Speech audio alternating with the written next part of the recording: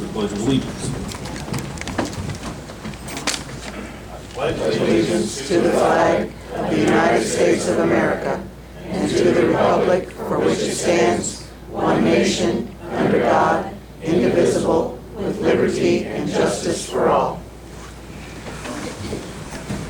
Madam Clerk, can I have a roll call, please? Alderman Bowman. Present. Alderman Lockman. Here. Alderman Milner. Present. Alderman Reese. Present. Alderman Dickerson. Here. Alderman Long. Here. Alderman Turner. Present. Alderman Stafford. Here. Mayor Hassey. Here, and we do have a quorum. Good evening, everyone. We have a couple ceremonial matters tonight. First off, we have a proclamation to recognize Pinktoberfest weekend, which will be October 14th through the 15th, 2016. Ben, if you'd like to join me up here.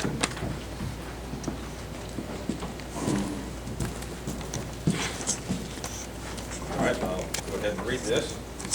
Whereas Breast Cancer Awareness Month is celebrated annually during the month of October, and whereas the local business community has become a powerful force for good in Harrisonville, and more people and more businesses are working together across the city, and whereas Pinktoberfest is a way to celebrate the uniqueness, community spirit, and economic impact that the businesses of Harrisonville bring to our area, and whereas Harrisonville small businesses are primed and ready to help their customers kickstart the holiday shopping season, and whereas these very same Harrisonville businesses are also ready to serve their communities and help further a great cause and fight for a cure. Now, therefore, I, Brian Hassey, Mayor of the City of Harrisonville, do hereby proclaim October 14th and Saturday, October 15th, 2016 as Pinktoberfest weekend in Harrisonville, and encourage all residents to support their local businesses, support a great cause, and a fight for the cure.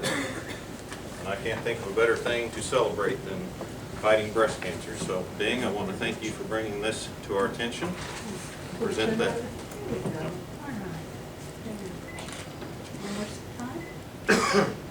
And one's for Linda. This for being. Thank you. Thank you.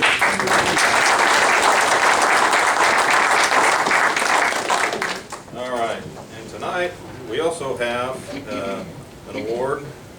Donna, are you here with us? Would you like to join me up here, please? I promise not to bite. Okay.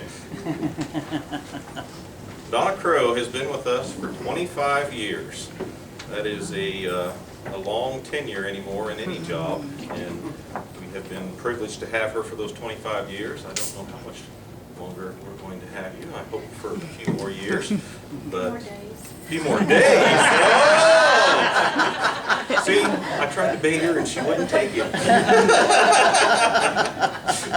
No, Donna is retiring. We want to congratulate her on that as well, but we also want to present her with her 25-year certificate. So, congratulations. There you go.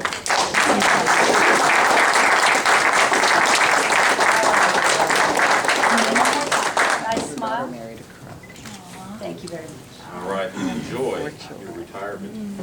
You have earned it.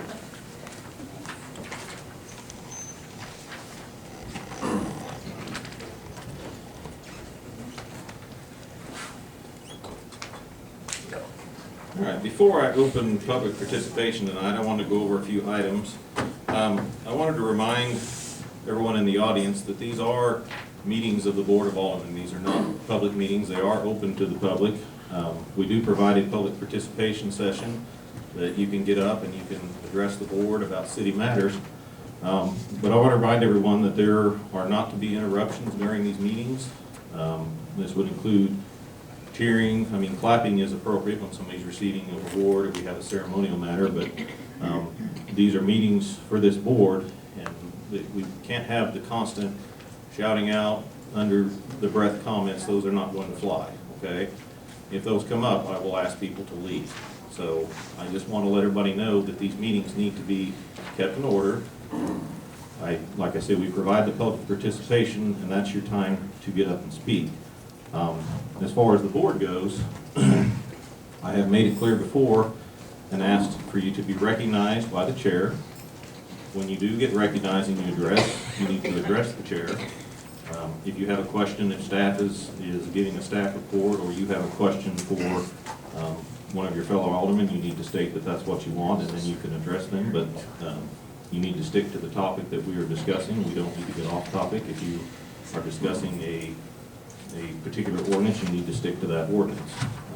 You do not address the crowd, you address the chair. So I just wanted to clarify that before we began tonight. With that out of the way, at this time, I will open public participation. Anybody who has anything to bring before this board that is not on our already scheduled agenda, please step forward at this time. Please be sure to provide your name and address to the city clerk as well.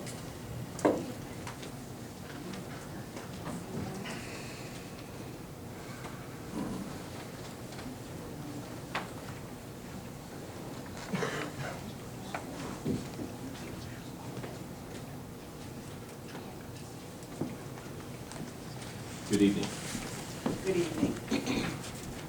I am the owner of the Town Creek Mill across the street from Cox Automotive, and I've been trying to sell it since my late husband died 15 years ago, and I finally got a signed contract, and the people were going to put several businesses in, and I understand they had problems with the city because it's on a floodplain. And the city has, since I moved in, decided to go by the federal FEMA standards on a floodplain, and the people did not buy it. And now I'm stuck with it, and it will just go downhill until someone else can buy it and put their businesses in and build it up.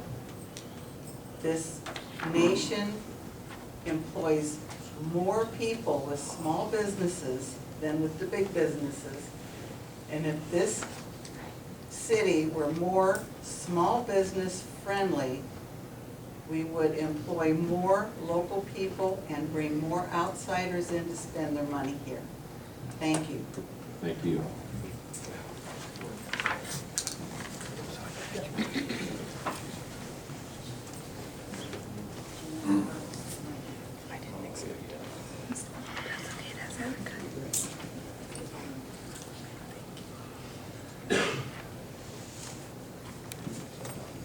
Good evening. Good evening. I'm here to say I'm still in favor of the project proposed for the old CMC building. The assisted living is sorely needed and something I feel would be a big asset to this town. The project would be a big change, but I think for the better. When I came to town, the population was approximately 2,500 to 3,000, so you can see I've been here a while. Big changes since then, but all for the better. It provides services for our residents. I have heard nothing about the status of this project, and if anything has or is going to happen, I think the public should be made aware. By not keeping the public aware, it gives the illusion of secrecy. And I also want to comment on the council meeting that I attended on August the 22nd. It was stated that on the Facebook page, a public forum, that you felt that it was a circus and matters should be just confined to city business. I think the public forum was confined to city business. It was about the CMC project and appointments to the council, and that's city business. I think that the entire Board of Aldermen should display professional behavior. The kind of thoughts that's been put on public forum should be discussed privately with friends if they're discussed, not on the public forum. You know, North Korea physically assassinated one of their top leaders because he slouched at a committee meeting. They thought it showed disrespect to their leaders. I feel the thoughts that's being put on Facebook is publicly assassinating people's characters. And I think that you all were elected to represent every citizen of Harrisonville and treat them with dignity and respect whether they agree with you or not. Thank you. Thank you. Is there anyone else this evening?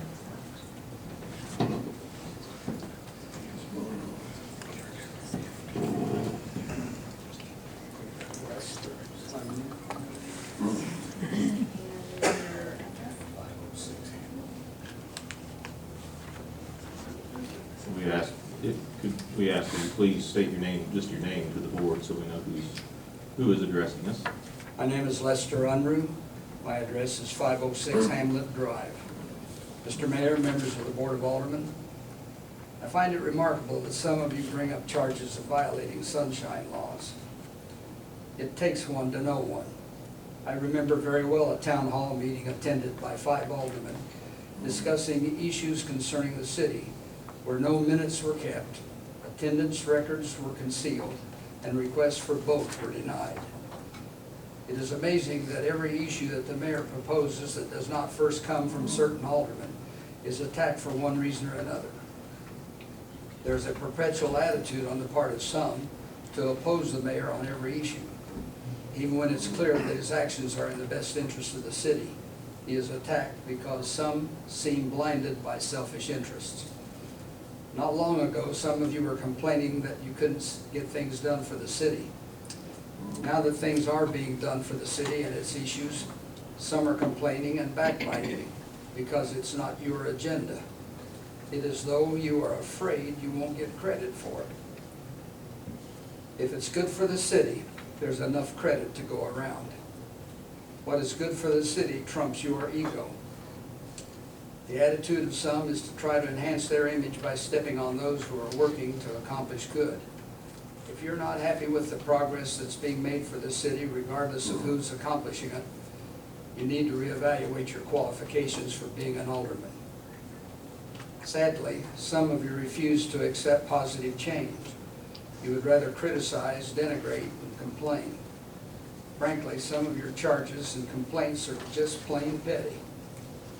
For example, your charge that an attorney had only served the community of 400 completely ignored his experience as a judge in the expanded application of law.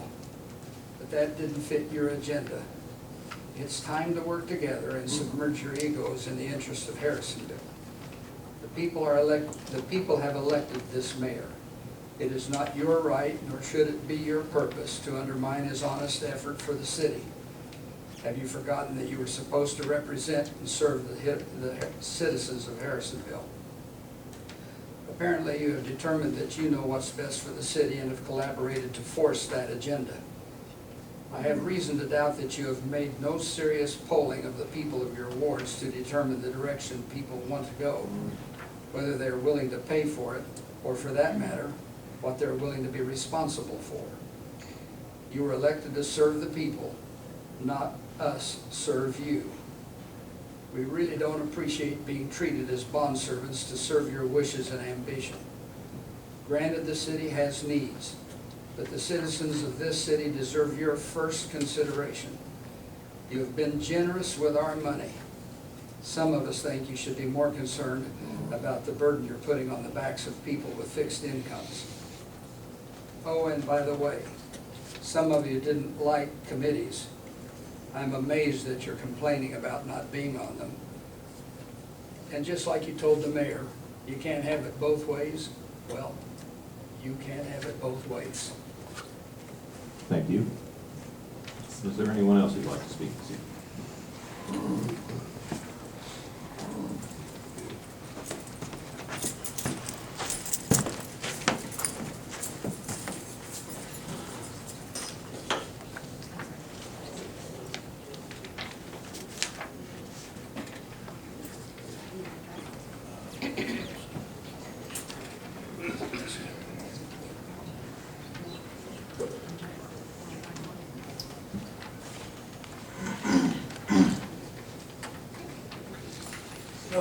I was just, I came from the board in June about opening a tattoo shop. Can you restate your name? So Oh, I'm sorry, No, you're right. Lloyd Dale Williamson. Thank you. I'm not here to yell at nobody or get on anybody's bad side. I was just wanting to know if there was any new developments on that, or if there was anything, you know. Rick, if you have something to Yes. provide, that would be great. The September 15th Planning and Zoning Commission meeting, it will be heard, and a recommendation will be given. And then the October 3rd Board of Aldermen meeting is when it's scheduled to be here. Very And good. both meetings are in this room. Awesome, cool, Very thank good. you. Thank you, Rick. That's good to meet you. Is there anyone else who would like to speak tonight? Seeing no one, I will close public participation and we'll move on to the approval of the minutes. First, we have the minutes from the August 15th, 2016 budget meeting. Move to approve. Motion from Alderman Dickerson, I'll second it. second from Alderman Long. Any discussion? All those in favor? Aye. Opposed? Minutes are approved. I believe B and C go together, correct, Kim? I mean, one's an attachment, so we'll just approve both. Yeah, of them. there's no, yeah. Okay. I'm still trying to figure out how to Okay, get that on there. Okay, no problem. That's my best way to do it. no problem. We have regular meeting minutes from August 15th, 2016, and there was an attachment that goes along with that. Move to approve? Motion from Alderman Milner, Second. second from Alderman Turner. Any discussion? All those in favor? Aye. Opposed? Minutes are approved. Moving on to our agenda items. We had a vacancy brought to my attention on the Town Center TED Board. Mr. Long had expressed interest to me in the past about serving on one of those TDD boards, especially since that one is in his ward. So we have an appointment of Clint Long to the Town Center TDD Board of Directors. Make a motion to approve. I have a motion from Alderman Dickerson, Second. second from Alderman Milner. Alderman Long, I would not vote in this matter if I were, I kind of figured I'd be quiet. figured you probably, yeah. All those in favor? Discussion? Oh, sure, I apologize, with the discussion. Would you like to ask a question? I do. Is this the seat that was formerly held by former Alderman Ivanstone? Yes, that's correct, Okay. yes. And are there other members of this board that are on that TDD board also? I believe Alderman Dickerson sits on that board. Thank you. That's all. All right, any other discussion? All those in favor? Aye. Opposed? No? What's that? Oh, Clint, can you abstain? Just say you abstain. I abstain. All right, very good. Appointment is approved. Thank you. All right, moving on, item B, we have a suspension hearing for sales tax verification. I will say I did get contacted by Mr. Bunger today. He said he is in the process of working this out with state sales tax office. There was some paperwork they were faxing back and forth. I know He presented you paperwork. he showed me that he had a fax he had sent. It's something about the payment. They're supposed to be working on getting this worked out. He said he was unavailable to come to the meeting tonight, and I said, well, that's why he called me. Just as a reminder for the board, the process that we have, the board's established is that we used to have an automatic suspension when the taxes were unpaid and the state asked us to suspend their license until they had worked something out with the vendor. And we have changed that so that rather than automatically suspending that, they have the opportunity for a hearing where they can make their case and show that they're making progress or have satisfied the back tax issue or whatever their status is. So they have the opportunity to come before the board and present that before it's suspended. So that's the process that we have now. Notice was given. And I guess the other reminders would be that the process of the collection of sales tax is that, this is not the vendor's money, this is the purchaser's money that they pay in addition to the purchase price. They pay an additional tax that is collected by the merchant, and they retain a portion of it and send the rest on to the state. And the state distributes that money to the various taxing entities, whether it's the state, the county, the city, whoever has a sales tax in place in that area. And so the state doesn't contact us with regard to a revocation unless it's in arrears for several months and they've not been able to successfully work something out with it. Most of the time then, if the enterprise is a going concern, they'll be able to work something out over whatever period of time. But this is their enforcement hammer. The state doesn't have a way to do that. They don't have I guess they do have ways to do it, they can, but they don't have much in the way of enforcement in the State Department of Revenue, so they rely on the local agencies, and they're asking us to suspend their business license because of the, one of the requirements to have a business license is you have to be current in your sales tax. So that's kind of the background of what we're here tonight to do. Alderman Long, did you have your hand up a second ago? Well, I spoke with Dennis too. Can you use your microphone? Make sure everybody can hear you. I spoke with Dennis too, and I know that his wife had been down to the office and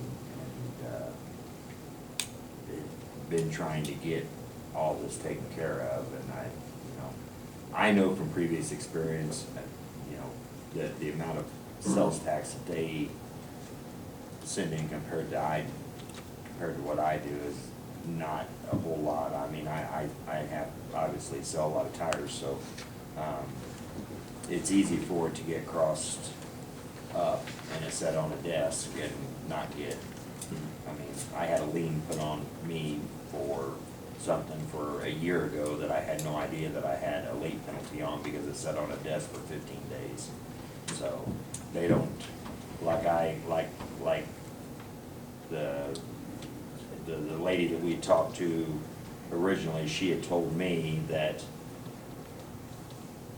they have just as much trouble keeping employees employed at the government level as I do my shop. So if they don't look at what postmark it is, they look, if it's sitting on someone's computer for a week and then it goes to someone else's computer, well, by the time they enter it, that computer doesn't know that it was sitting on the other computers. So automatically, there's automatically a late penalty. And I got plagued with that a year or two ago about the same deal over a $70 late penalty that I didn't even know I had. So I know I think that's kind of where they're at. The way I took it, his wife knew a little bit more and she wasn't there, but I know at the time she was up there trying to get it done. So, my only deal is it's like we've talked before, I understand the state doesn't have a way of enforcing it. So they give it to us, but if we pull their license, how are they going to continue to do business if they are behind or legit?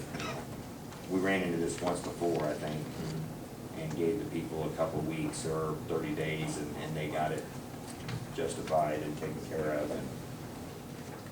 And that is what I had suggested to Mr. Bunger, was perhaps if would 2 weeks be sufficient to work out the issue. I know we had the one last year that we had, that came for us, maybe 2 weeks, we never heard anything more about it, it was taken care of. So this will entirely be at the board's discretion as to what they feel needs to be done.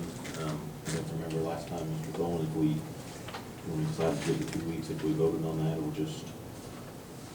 I think that was something that the board did take action on. They said, Propose 2 weeks and then. we'll hold this action for 2 weeks. If the matter is settled before then, it goes away. If not, then we would take enforcement action. And that was the direction then that the board actually made, but because it was resolved, it was resolved. I was gonna say, can we do that, and even if at that point, they've got the paperwork to show us that things are moving forward? Yeah, it is entirely at your discretion, you bet, so. I would like to do that, yeah. So 2 weeks I think gives them time till to the get their next board stuff meeting, together, yeah. they get it presented, Okay, yeah. so would you like to? I would like to make that motion that we extend this for 2 weeks until the next, oh, go ahead. Oh, we'll do the motions and then we'll have discussion. Okay, I got a motion from Alderman Milner. Second. I have a second from Alderman Dickerson. Discussion. I'm probably all for doing this, but I just think we should probably go back or at least examine the idea of having a standardized policy for this, so we're not addressing this on a case-by-case basis and treating someone differently than we treat someone else. So I'm all for doing that. It looks like, I remember the meeting where we've done that in the past, but I think we should really look at establishing a policy going forward. So. We do have a policy. You enacted that into your code of ordinances, and a copy of it is in your packet. And what we're doing is saying we're going to vary from that policy. And if we're going to continue to have that variance from the policy, you might want to think about changing the policy you have, but we do have a policy. Alderman Dickerson? I think that when we set this policy up, it came before us from the state, and I wasn't for it, but I voted for it because it gave us the choice to give them time, because otherwise we were just to pull their license. And I wanted the chance, like we're doing now, to talk about it and give them some more time. Because we've got to build trust with the businesses. If we want to keep business coming in this town, we've got to be a little bit more friendly. And this way it's going to be up to us to decide how long we want to extend and how friendly we want to be. So Well, and I think that's for the 2 weeks, I think that's where the 2 weeks Yeah, comes, because they and can that's get a lot fine done in with 2 me. weeks. Sure, and I think that's great, but the time is trying to answer jobs, that's why Yeah. we did it back Yeah, then. they can at least get some paperwork going. Yeah, and working on it. leaves it up to us. If I could point out to you that the state is actually revoking the license, revoking your sales tax. Let's see. They're revoking this sales tax license, which according to the statutes that they're quoting in their revocation, renders the occupational license null and void. So their current business license that the city has is null and void because the requirement of that is to have a valid state sales tax license. The question is, because they don't have then a current city license, none of that stuff is within our purview. That's a function of the state pulling their sales tax license. Our question is, do we close them down because they're operating without a license? And that's what we're talking about here. This isn't an action that the city has taken on. We're not the enforcement agency. We're the bearer of those news. We don't have a choice as to whether or not we revoke their license or not. That's done automatically when the state revokes the sales tax license. So Alderman Milner's motion will be to allow them to function for 2 weeks with the license in suspension, correct? I mean, that's how that would be. Can I ask you a question? So when they settle with the state, they will redo their license? Is that the way that works, Mike? Yeah, It'll automatically, Yeah. okay. Yes, that would be my suggestion, was to redo that, with a 2-week extension from the board. Alderman Bowman? A question for Mr. Mauer. If we allow them to, pardon me, if we allow them to operate for 2 weeks without a business occupational license, is there any jeopardy to the city for doing that? No, because we're saying that we have identified a business that may be operating out of compliance, and we're gonna take action in 2 weeks. Okay. I don't think that's a problem. Thank you. We've done it before. All right. Alderman Turner? Right here in our ordinance, it says the city controls the suspension of a business license, in the event that they're showing good faith that they're disputing the taxes or attempting to negotiate an agreement. And it sounds like that's what he's trying to do. So, I mean. Yeah. Yeah, what has happened in the past is when we have notified somebody and we get the crickets in the room and no response, well, at that point, we don't know anything, so we have to follow through. But if they have informed us or, they come before us, then, we do have information that they're working on this, so that's kind of how I think the intent of what the policy was. Yeah, well, this business has been in town for a long time. I mean, they've been there for many, many years. If this is a first, I don't think it was intentional or something like that. And, I mean, I can't see them coming up with it now. All right, any further discussion? I have a motion and a second on this. All those in favor? Aye. Opposed? All right, you have 2 weeks. All right, moving on. Special event permit for HHS Homecoming Parade 2016. Good evening, Chief. Good evening, Mayor, members of the Board of Aldermen. Before you tonight is the annual high school homecoming parade. They're asking for the parade to run from 2 to 3 on September 23rd. There is a problem with the route. That's why you see that you all got a map like this at the Diaz tonight. The high school, there are 3 different things I'm going to discuss tonight. One is going to be the high school homecoming parade.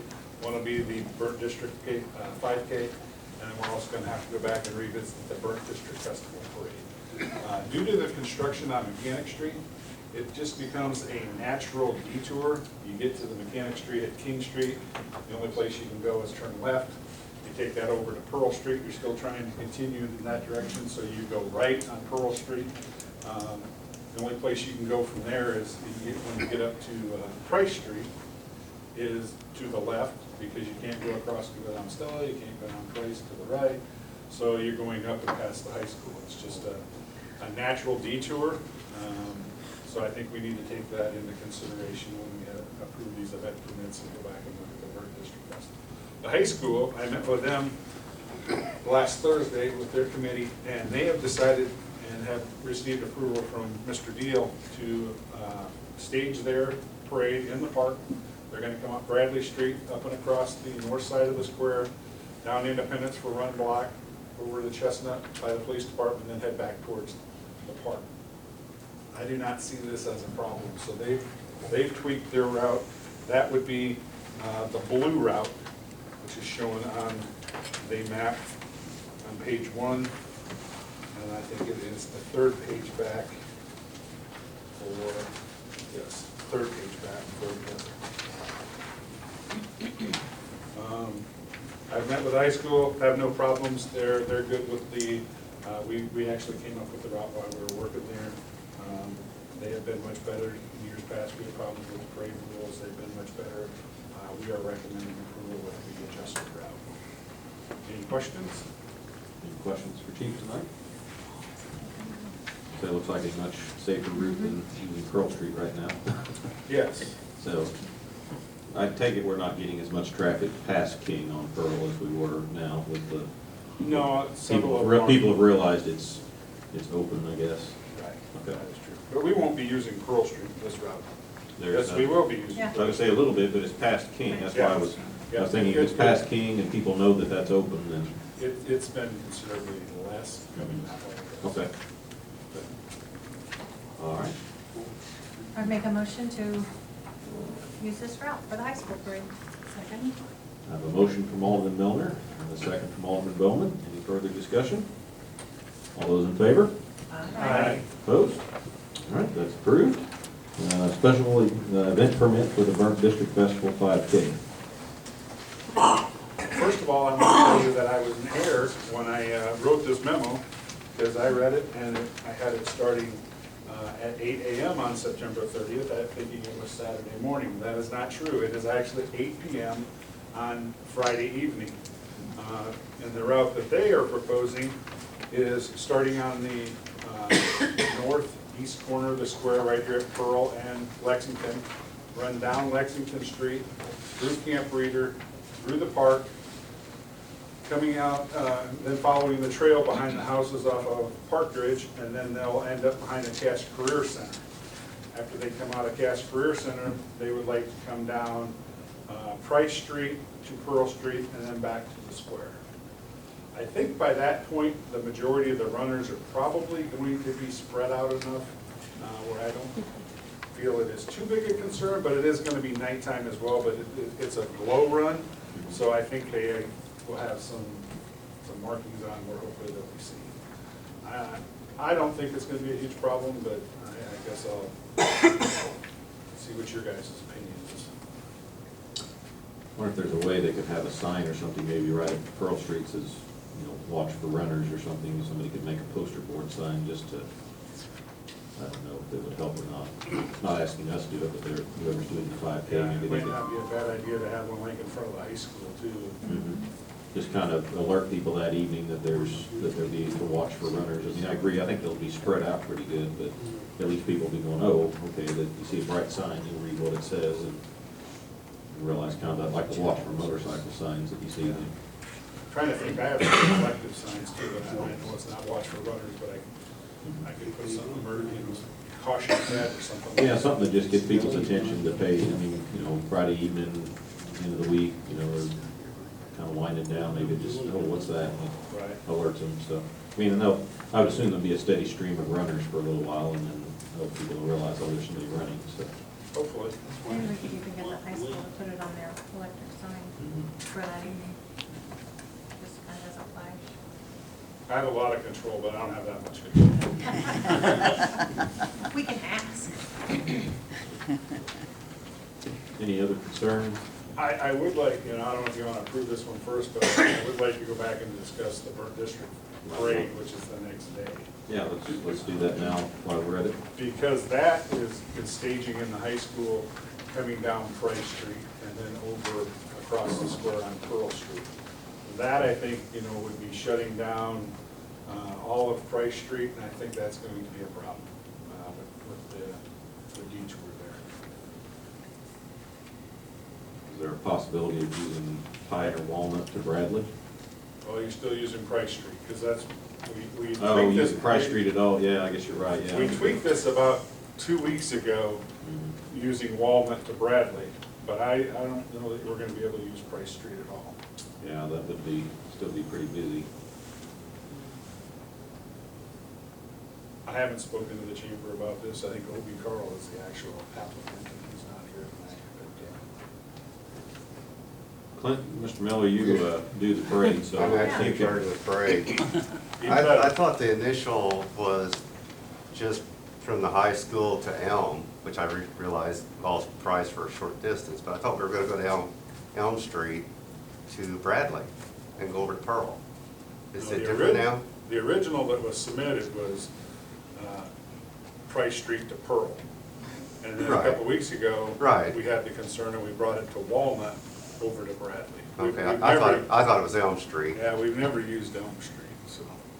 Is there enough room at the park to stage that parade as they're doing the homecoming? I mean, that one seems like it's going to work out well. I mean, I know it's, You're gonna turn it into a nightmare for me with this being a political year. I mean, seriously. yeah, a lot of, yeah, I see what It you're should saying, be a lot of walkers. It should be a big parade, and Yeah. that's gonna turn into a nightmare trying to get that staged, but. Is there something maybe we can look at between now and the next meeting? Yeah, to- I think we better stick our heads together on that one, see if we can figure out something. I mean, I agree, we need to be cautious on those roads are just really, really busy right now. I don't disagree with that. I understand the chief's position on it. Alderman Turner, do you have? Yeah, well, I mean, I know pressure used to make concern, but could we close Elm down by the Galaxy land? Galaxy,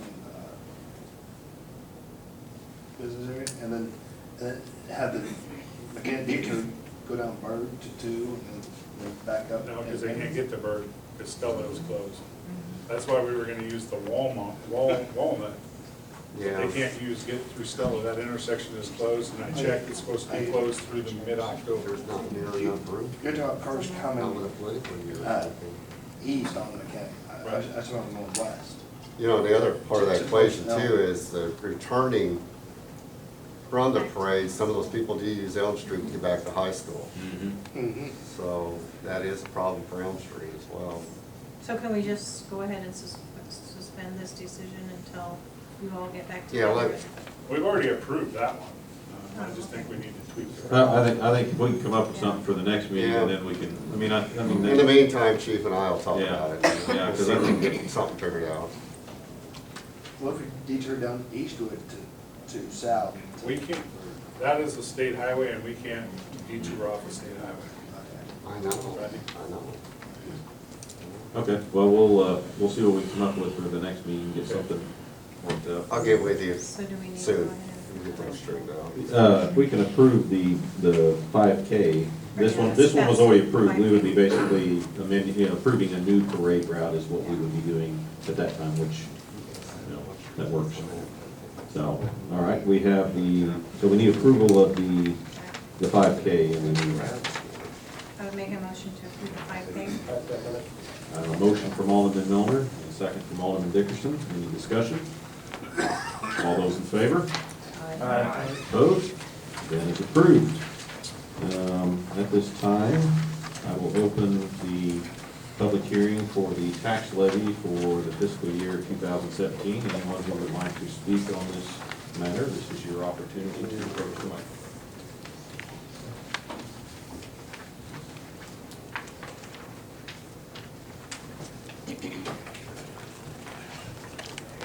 It's me again.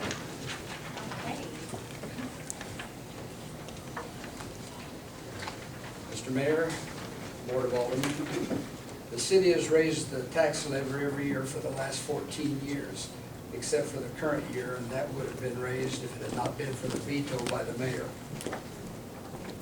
I know it is argued that the raise is necessary to maintain the current spending level.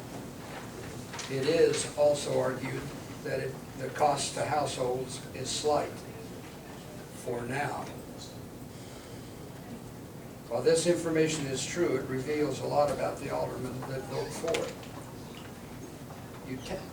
You treat the tax base as though the economy will keep going down. You keep working to improve the economy, and when the economy grows, the taxes will be punishing increase on the backs of those who've been supporting the city all along, especially punishing for those with fixed incomes. If you abate taxes, you should not keep raising taxes on the citizens. Who are you trying to serve? Citizens of Harrisonville or new businesses at the expense of the citizens and of local businesses? The city needs to examine its spending practices. For example, it has been proposed that the city pay for tearing down the old hospital. It does not belong to the city. The owner should repair it, remodel it, or tear it down according to a time schedule. If the city tears down the building, it should put a lien on the property and recover the investment upon the sale of that property or at the time of probate. Possibly it should be condemned and the owner required to remove it. It is not the city's building. It is not the role of the city's treasury to bail out someone who has a poor investment. Also, if the city does tear down the old hospital at city expense, it will only be a matter of time when someone else will want to have the same consideration. And then they'll have the law working for them, equal treatment under the law. I oppose the tax levy increase. Let the city learn to live according to its means. Balance the budget without always running to the citizens to bail you out. We, the citizens, do not have an unlimited supply of money. Thank you. Thank you.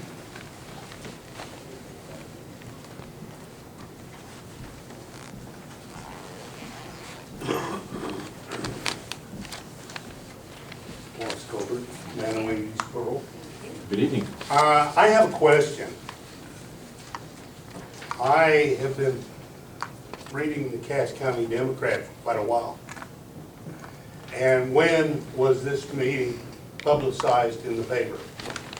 It was not published in the paper. We published it in 3 different places, and we can either do that or we can put it in the paper, and we chose 3 per state statute. Well, the county clerk had advised me that it had to be published in the paper, and that's why I was questioning that. I have it here. Okay. Thank you. Anyone else who'd like to speak? Seeing no one, I will close the public hearing, and we will move on to Council Bill 059. Council Bill 059 is an ordinance levying a tax of the current expense of the city of Harrisonville, Missouri upon real property and all things personal property of whatsoever nature and character subject to taxation by the city of Harrisonville for such purposes.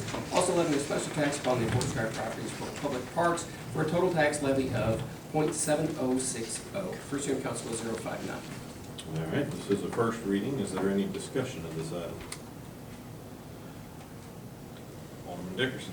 I'd like to make a motion to amend this tax levy to reflect 2016 levy.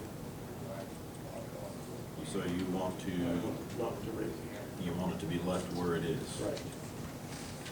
I have a motion to amend Council Bill 059 to leave the tax levy at its current rate. Do I have a second? I will second that. I have a second from Alderman Long. Is there any discussion? Alderman Turner. So, I mean, if we keep it where it's at, I mean, the difference is, what, only like $6,000? Is that the total that this year? The total between general fund and park would be $6,350 less Okay. than what is proposed in the 70.6. Okay. Any further? 6,350.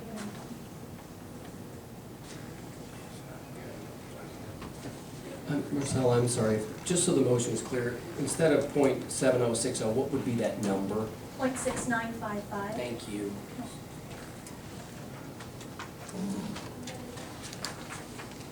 I have a motion from Alderman Dickerson and a second from Alderman Long. I believe we need a roll call for the amendment. Yeah, I need a roll call on this vote, please. Madam Clerk?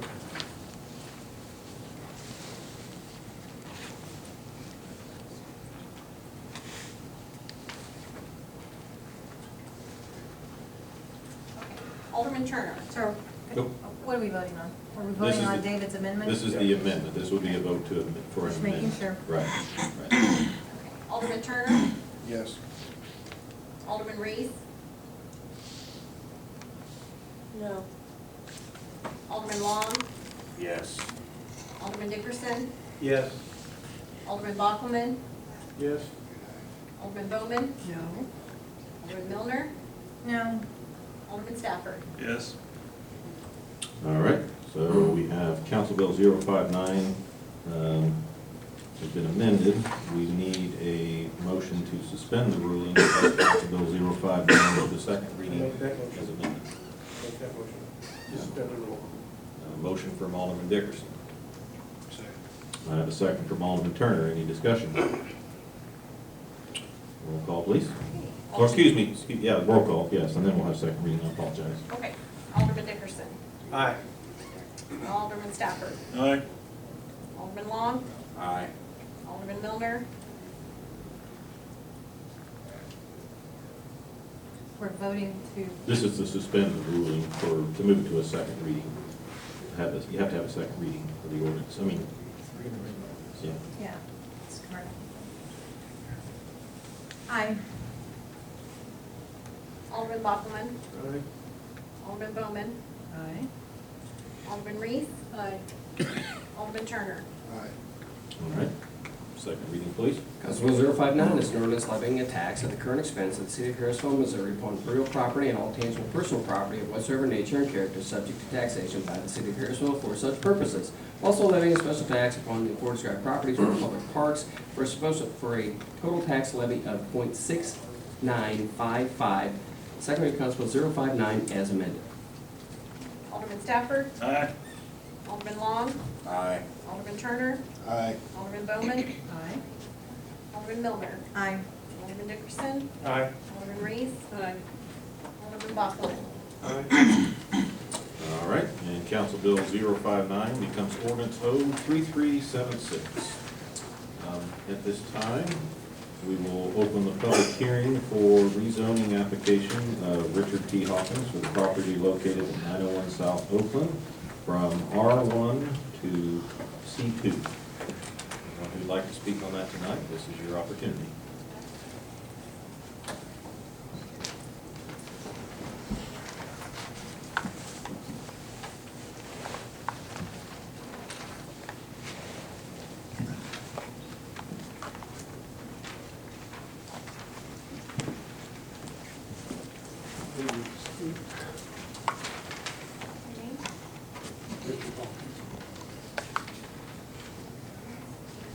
Your address? 225 South Oakland. 625.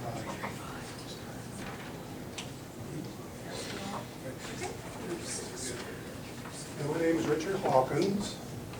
I own a small business here in Harrisonville. I've had it for almost 20 years. I also own the commercial building at 807 South Commercial. It's an old building. It's got room in the front of it to park maybe 5 or 6 cars. Some years ago, I also bought the residential lot behind that building. That lot is over 200 feet deep, and I bought it with the idea that someday, if I needed additional parking for that commercial building, we could split that lot and add additional parking right behind the building. So that's what I'm requesting to do. Split that lot, provide additional parking behind the commercial building, for the purpose of the replat and the zoning request.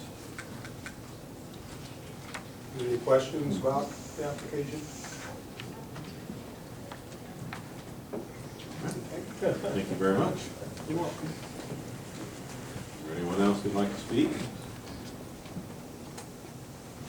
Seeing no one, I will close the public hearing and we will move on to Council Bill 062. Council Bill 062 is an ordinance to approve rezoning of property generally located at 902 South Oakland Street from R1 Single Family Residential to C2 Service Business District. Pursuant to Council Bill 062. Good evening, Rick. Good evening. If it's okay, I may just go over the staff report and cover the rezoning and the plats at the same time, just probably save some time. That sounds good. Cool. Basically, there is a rezoning and a platting application. The plat is a partial replat. It is 2 lots. The area to be rezoned is actually only about 1/4 of an acre. And I'll show you more detail on the plat. It's a little difficult to explain what's going on verbally anyway. Let's see. The area outlined in orange is actually the subject area that's going to be platted. The yellow area is the commercial lot, and the area in white right there is where the house is, which is proposed to remain residential. What he was talking about was the parking lot would be at the back part of the residential lot over here. This is where the existing commercial building is along Commercial Street. This is where the existing commercial building is. The surrounding land uses, to the south is the fire EMS building with their parking lot is actually directly south of their parking lot. This is where the fire EMS building is. To the north, you have commercial and single-family residential with single-family over to the east. It's single-family and then both commercial and single-family. So it's a little bit of a transition area there anyway. So, any questions regarding? So on this side, he's suggesting the driveway into the parking lot will be on the commercial side next to the EMS building. Correct. The drive-through will not be near the residential section on the other side, correct? You said there's residential on the other side of his residential? On the other side, Yeah. yes. So all of the traffic will stay on the commercial side? It's going to stay right by the fire EMS parking okay. lot. So. Almost like an extension of that lot. I mean, Yes. the pavement would be just an extension of the existing pavement, so. It, qualification. Is he gonna leave the house? I didn't ask him that. Is the house staying? Last he said, I believe he's going to leave the house. What's the question? You were planning on leaving the house there? Yes. Yes. That house is currently, it's been rented for a number of years. Okay. And the main purpose for doing this split right now is that the tenant would really like to buy that house. And I said, well, let's see if we can get that back part split off, so, which is why I bought the lot to start with. Okay. And again, that parking's right behind the commercial building, so it's far to the back of that house. Okay. But the house would stay there. All right, thank you, sir. Further questions? All right. The staff recommendation and planning and zoning commission recommendation is both approval for the rezoning and the planning. I would entertain a motion to suspend the ruling on Council Bill 062 and move to a second reading. I'll make that motion. Second? A motion from Alderman Dickerson and a second from Alderman Miller. Any further discussion? Roll call, please. Alderman Bowman, Aye. Alderman Turner, Aye. Alderman Long, Aye. Alderman Reese, Alderman Bachman, Aye. Alderman Milner, Aye. Alderman Stafford, Aye. Alderman Dickerson. Aye. Second reading, please. Council Bill 062 is an ordinance to approve the rezoning of property generally located at 902 South Oakland Street from R1 Single Family Residential District to C2 Service Business District. Second reading, Council Bill 062. Alderman Buckman, Aye. Alderman Reese. Alderman Dickerson, Aye. Alderman Milner, Aye. Alderman Bowman, Aye. Alderman Turner, Aye. Alderman Long, Aye. Alderman Stafford. Aye. And Council Bill 062 becomes ordinance 03377.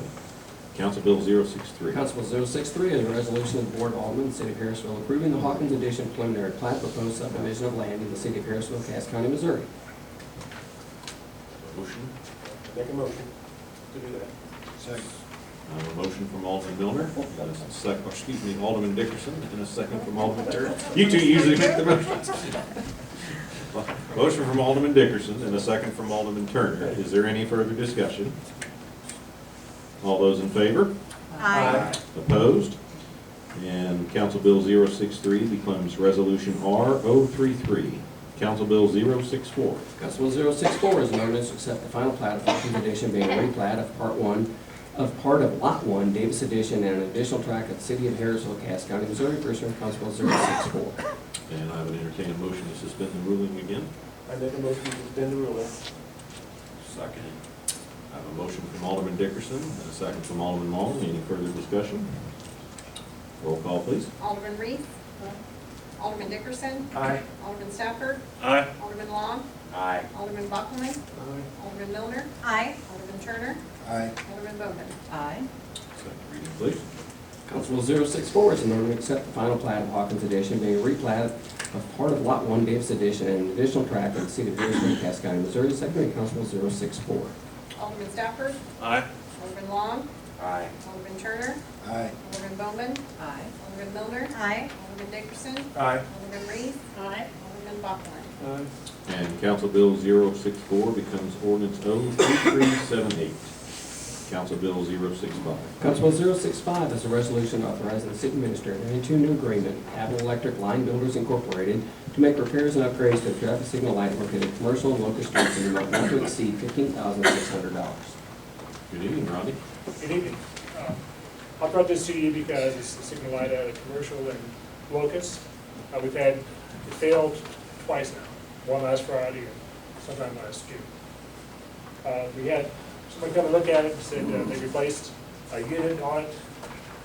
It's a borrowed unit from 291, and that needs to be replaced, but preferably the whole unit is replaced. It was installed when the signal light was originally installed in 85, mid-80s somewhere, and it's just worn out. So it's old stuff.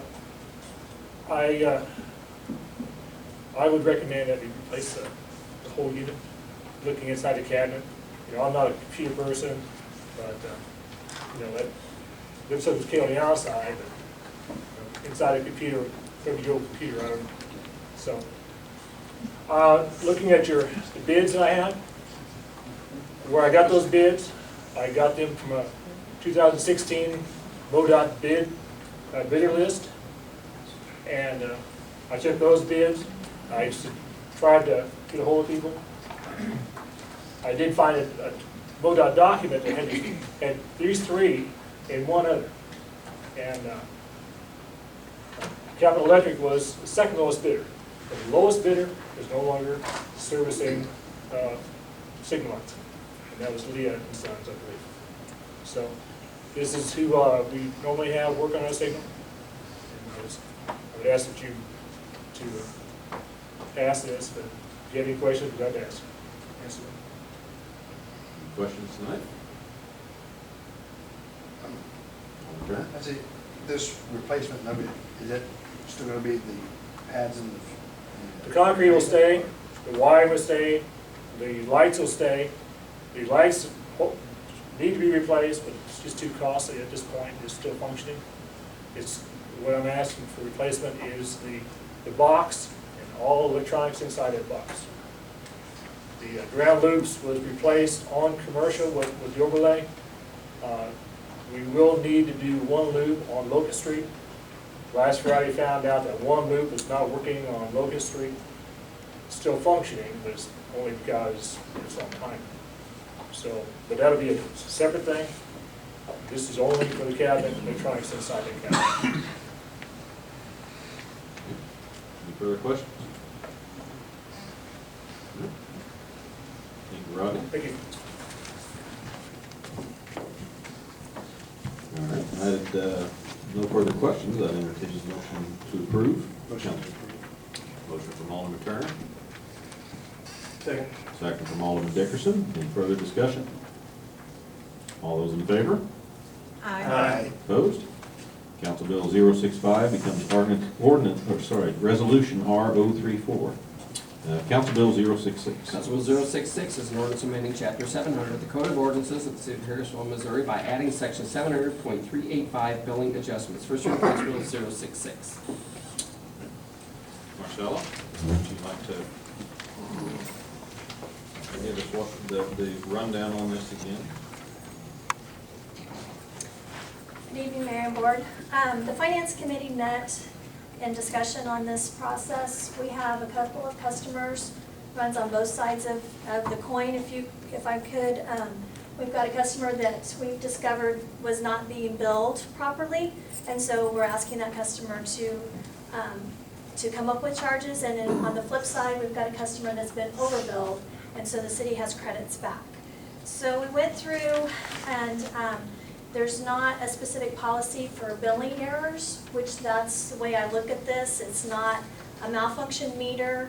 It's what they call a multiplier was keyed in wrong, so it calculated the bills incorrectly, although the meters were reading properly. And there was a computer glitch on the customer that we are asking for charges to be paid for that piece. I had asked several entities if they had some sort of a policy in place for billing adjustments or billing errors. I did not get a response. This particular proposal was put together by staff, kind of by the Public Service Commission rules.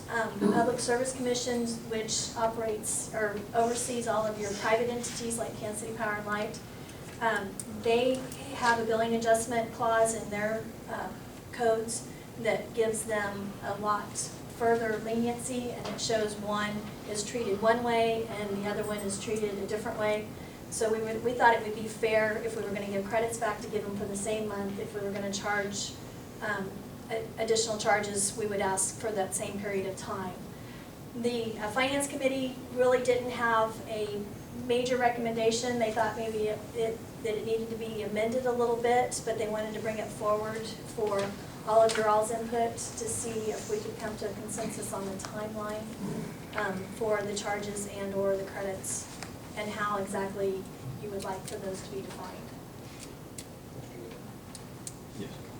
I'd like to put 90 days on either way. 90 days either. 90 days.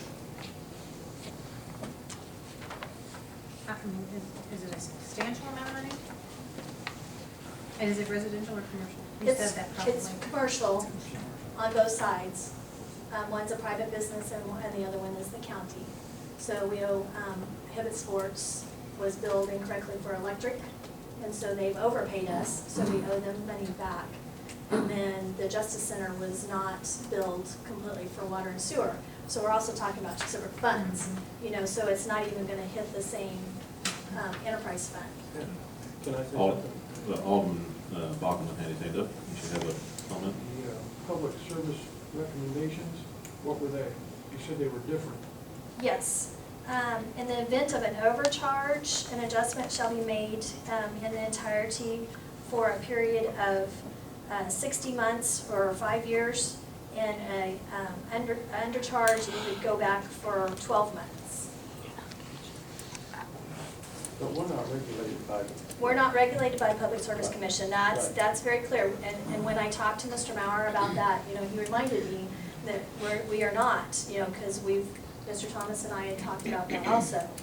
And so we don't have to fall under those compliance, but we use that as a guideline, or at least a model that we needed to come up with a billing adjustments policy and procedures to follow for utility services. To the board, why I said 90 days. I mean, the ones that got it for free got it. The ones that owe are going to have to come up with the money. And I would rather cut it down for both sides, that way it's not a hardship. I'm thinking about people have to come up with the money, not so much the people that got it free. I mean, we have computers, they know they're not getting billed, but we made mistakes. So I feel like if we make that in half, because I don't want to see somebody can't pay their, we add to it and they can't pay their light bill, they're on mistake, not to see an urban water bill or whatever it is. So that's why I came up with the 90 days. And I don't know, I looked at that, something, I forgot to work with that. But anyway, other places have done 90 days. So that's why I came up with that figure. On maternity. How long has this been going on? Hibbett Sports, from all the records that we pulled, it's been that way basically since that building was built. Okay, so Hibbett Sports has not occupied that building, but that's who's currently there. That's who brought it forward to us, okay?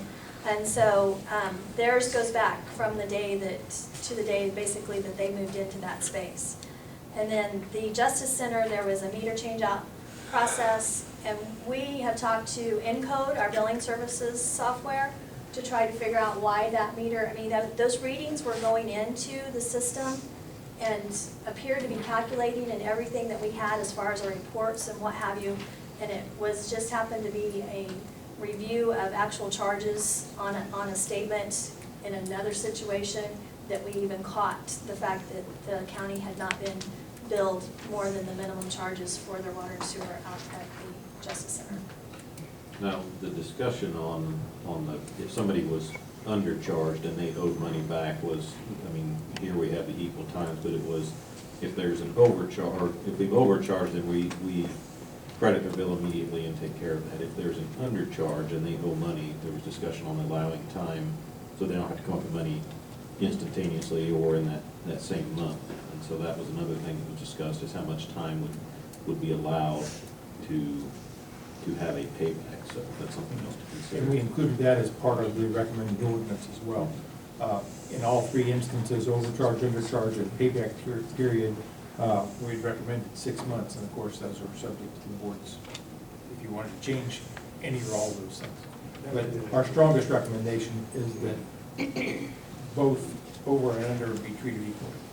It doesn't, so we're not, whatever way it happens, we're treating both sides the same. And I like the idea of if they are undercharged, giving them a little time. If it's a 3 month, they have that 3 months to make up the, bill them all of it in 1 month.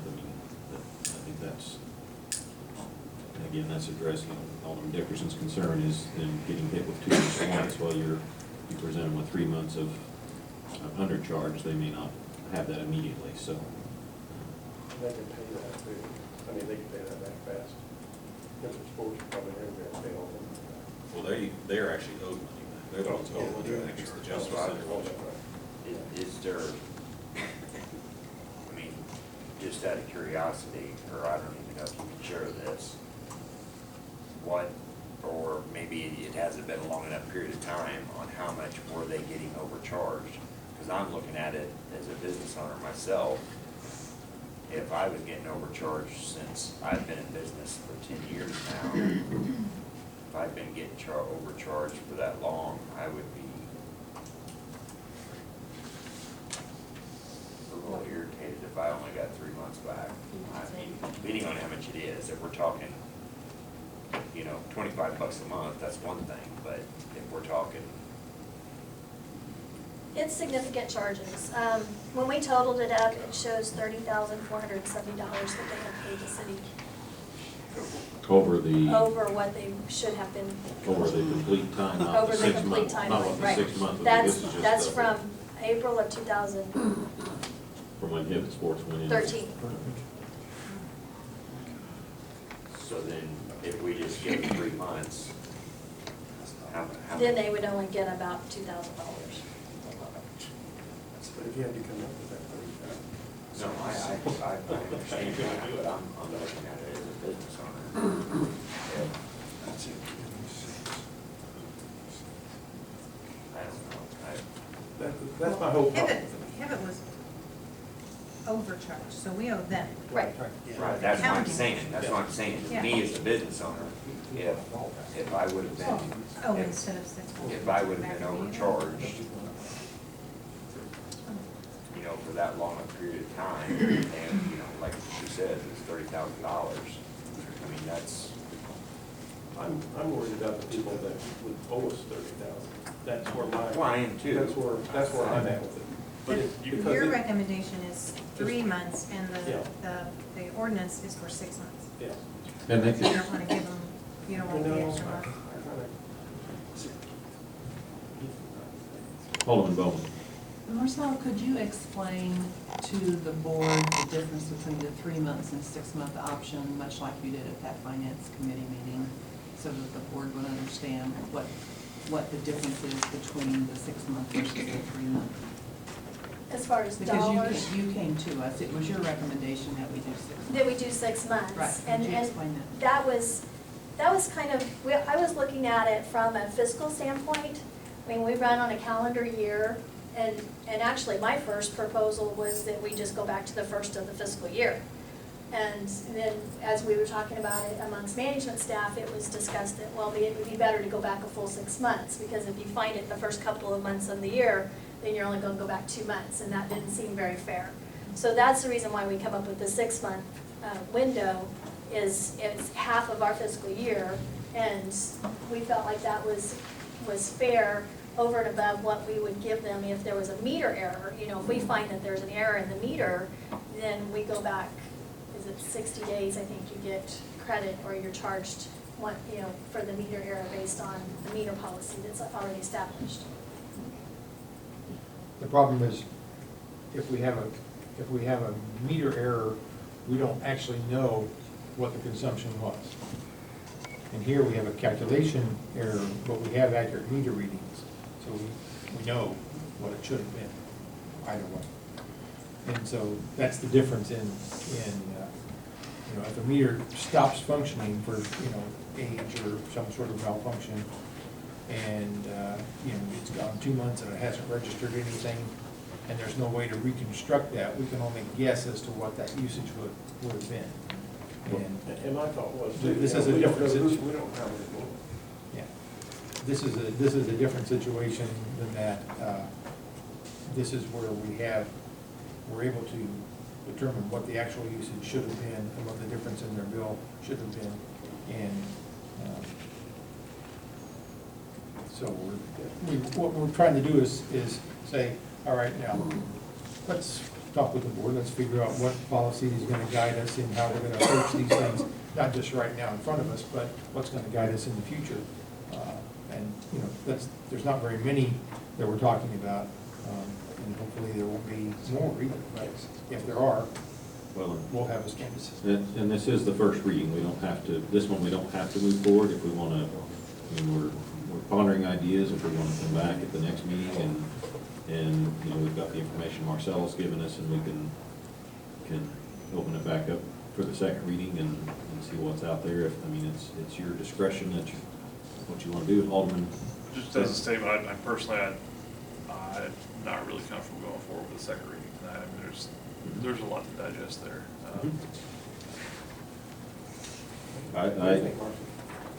I'm in agreement with Josh. I think we need to think on this one first.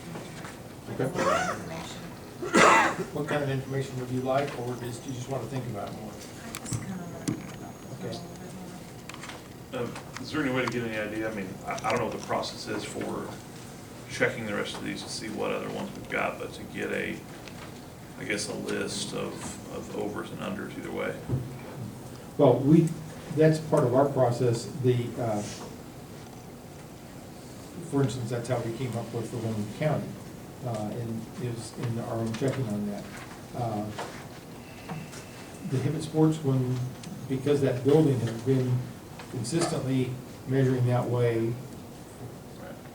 you know, its history was consistent. There weren't any red flags that popped up that way. That actually came from the customer, because they operate a number of facilities that are very similar in size, and then they look at their consumption and say, why is this consumption different than all these others? And so they had the ability to show that as an aberration versus what we have, because on our end, it was always around that number. But yeah, we do go through and look at those things. We also go through and look at, we compare what our, for instance, on the electrical side, we look at what our purchase power is, we know what our system uses, and we know what we're building out and making sure that we don't have unaccounted for changes or differences in kilowatts coming in and kilowatts going out that we're buying versus what we're building out. On the water side, we know what we're producing.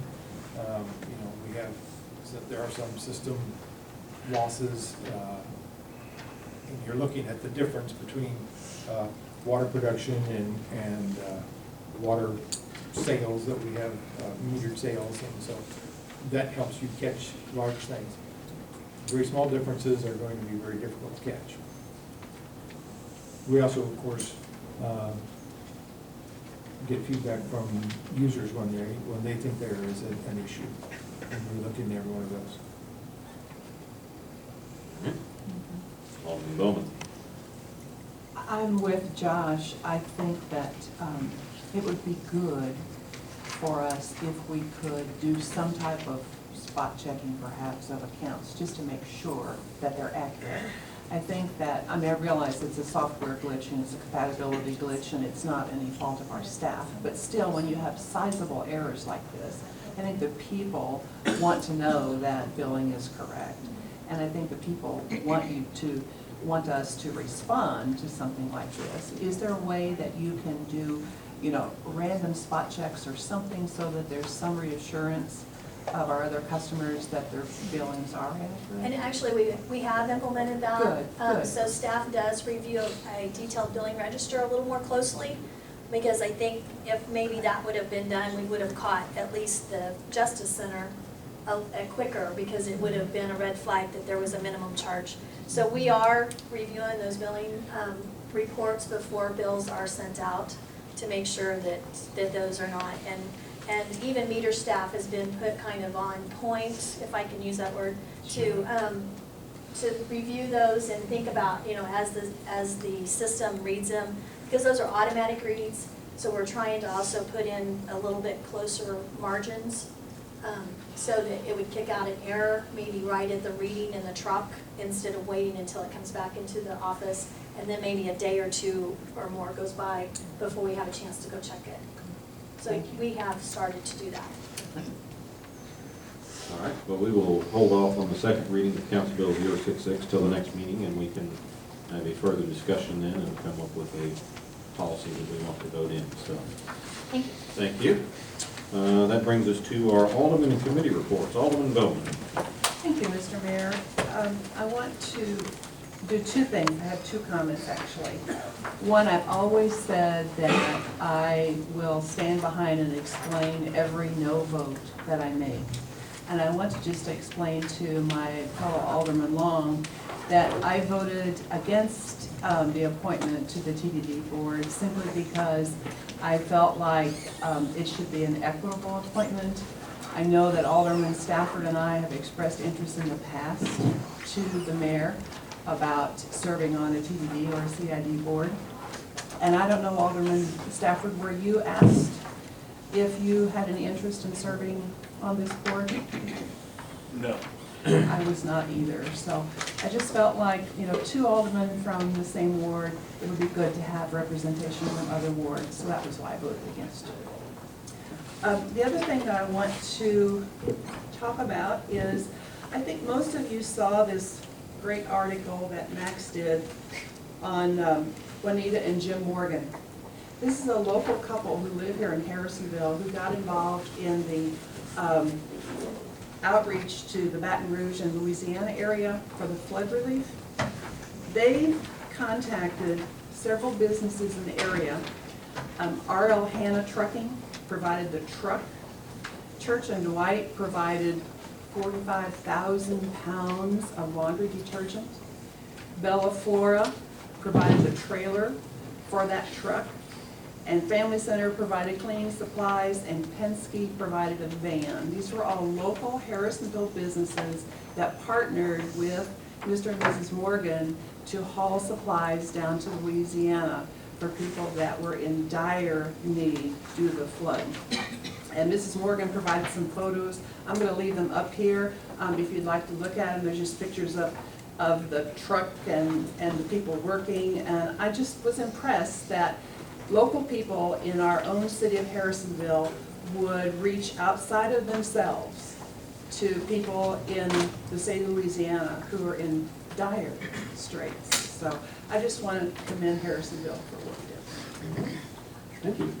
Alderman Bachman. I have several items I'd like to discuss.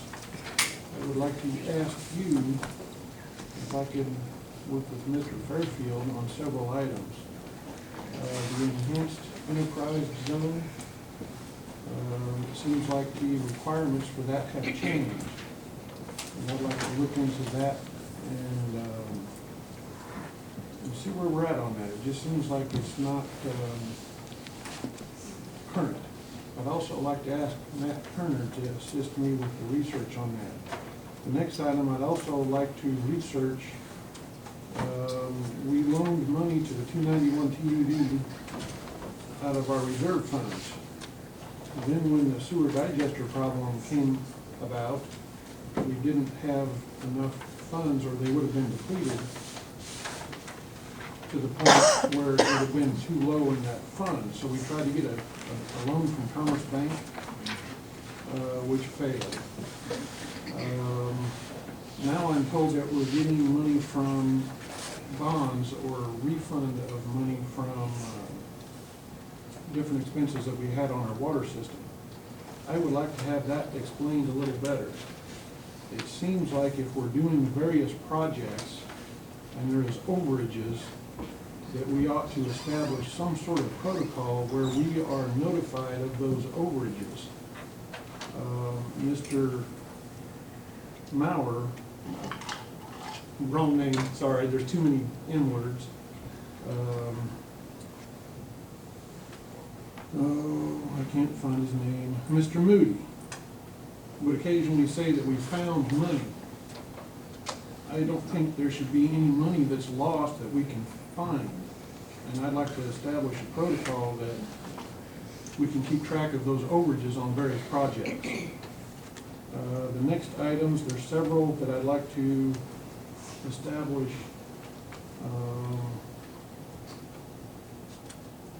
mainly explanation and discuss their enforcement.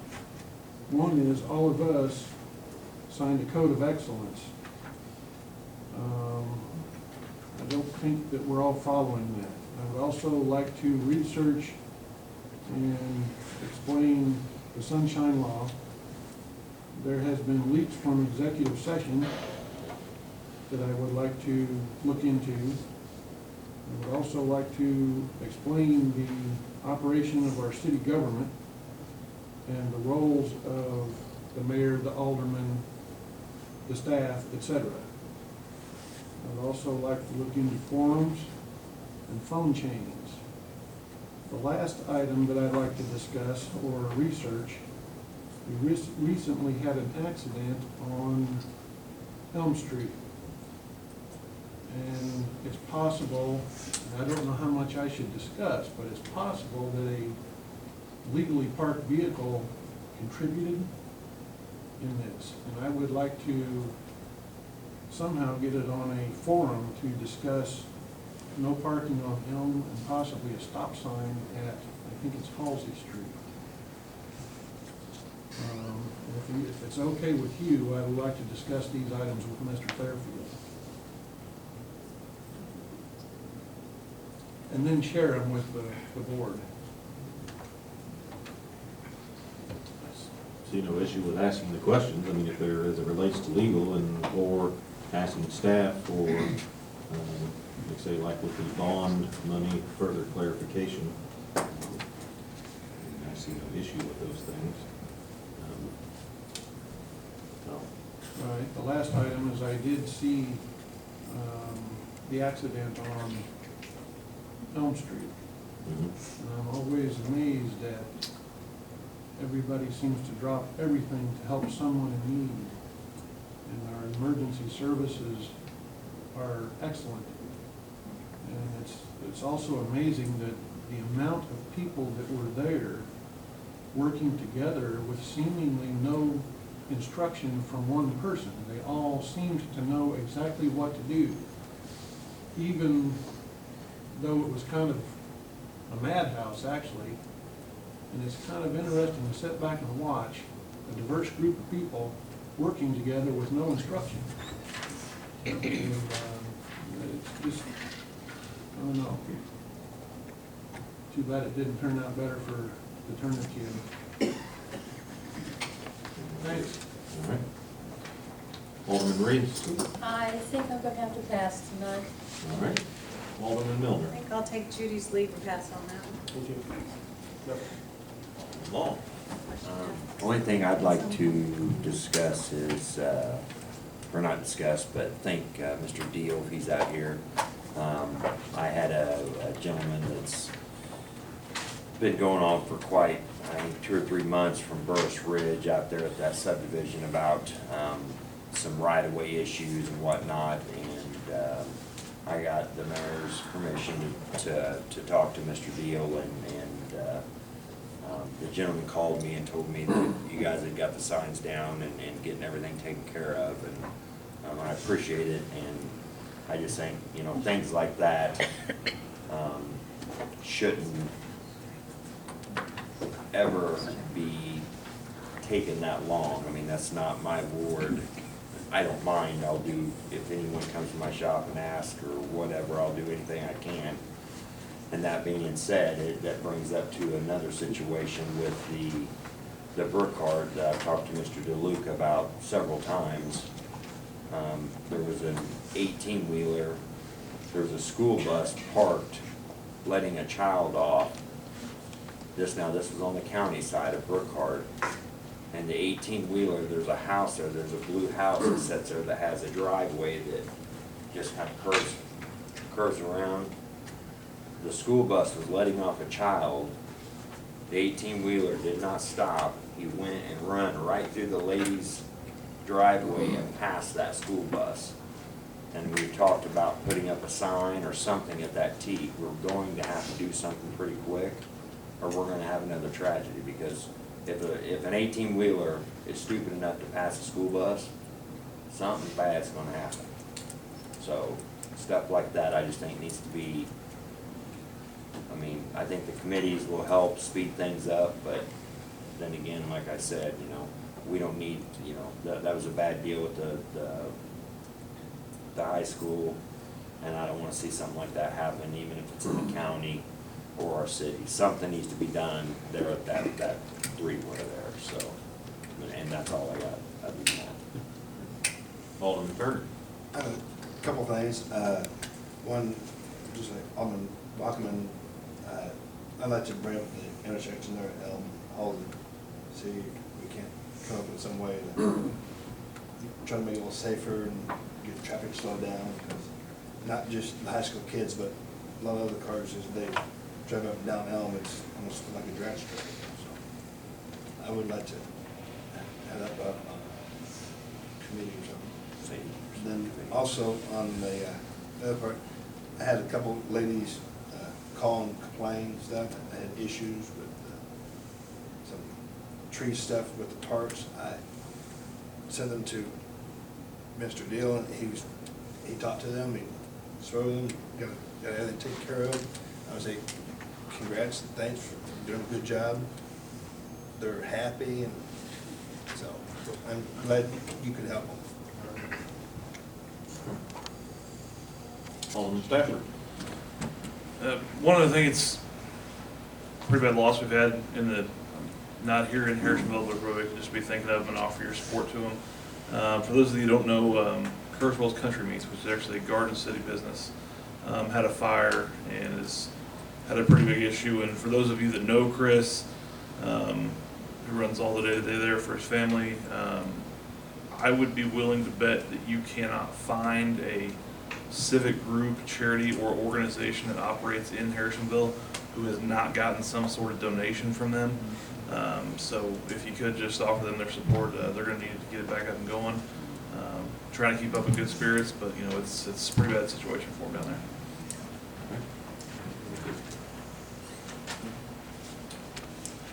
Mr. Coleman.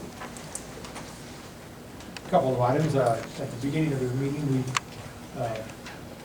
offered a certificate of appreciation to Don Crow. I'd like to chime in on that. She worked for the city for 25 years and is retiring this month. So we're congratulating her on both her achievement and her continued employment. She's been in the finance department all that time and working in a number of different areas, and so I wanted to pass that along. Also wanted to let the board know we had a pre-construction meeting for our water plant bid opening. It was a mandatory pre-construction meeting, so what that means is if you're going to be bidding on this as a general contractor, and this is a $7 million project overall, that you have to attend that meeting. We had, I believe it was 8 generals attending, and as well as a number of subcontractors. And so we're happy about that. We've got some good quality people expressing an interest in that. We'll know better when the bids are going out, but that's going along nicely. Finally, I wanted to recognize that tonight is the last meeting that our city attorney is going to be, he's resigned, Steve Maurer resigned as our city attorney after 20 years of service here. And normally this is the kind of plaque that the mayor would hand out, but I'd asked him and he allowed me to do this because I've worked with Steve for 16 of those years and I've known him before that in some other city things that I've done in other cities. And just wanted to extend the city's appreciation for that service. So Steve. Thank you, sir. It says, for the service to the people of Harrisonville, Missouri, through 20 years as city attorney, your professionalism, wise counsel, and good humor will be greatly missed. Thanks again. Thank you.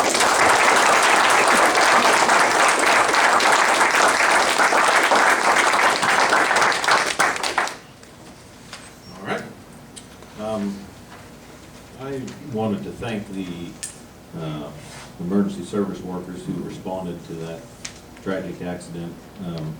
That's right behind my house, basically, is where that happened. And I agree with Alderman Bachman. They did a fantastic job. They kept everything secure. They seem to keep order. They need to be commended because that was a very tough thing to have to deal with. I can't even imagine what it's like to have to respond to something like that. So I wanted to thank them for all their efforts and they did an outstanding job in a very traumatic event. With that, I have nothing else this evening. Tonight we have the questions from the media. If you have any questions, okay. Mr. Mayor? Yes. If I could? Absolutely, sir. I just wanted to say thank you to everybody. It's been 20 wonderful years. We have a tremendous community, and I look forward to all the many great things that are coming for Harrisonville. And don't worry, I'll still be around. I'm going to miss the Log Cabin Festival this year only because I have Parents Weekend for my son's college, but I'm going to try and make the golf tournament, and I will still be around. So thank you again, and I appreciated all the opportunities. All right, thank you, Steve. Nothing else this evening. Alderman Dickerson, please. I move that the Board of Aldermen go into closed session pursuant to the following sections of the revised state of Missouri. Section 610-021 to discuss legal action and any confidential or privileged communication between the city and its attorney.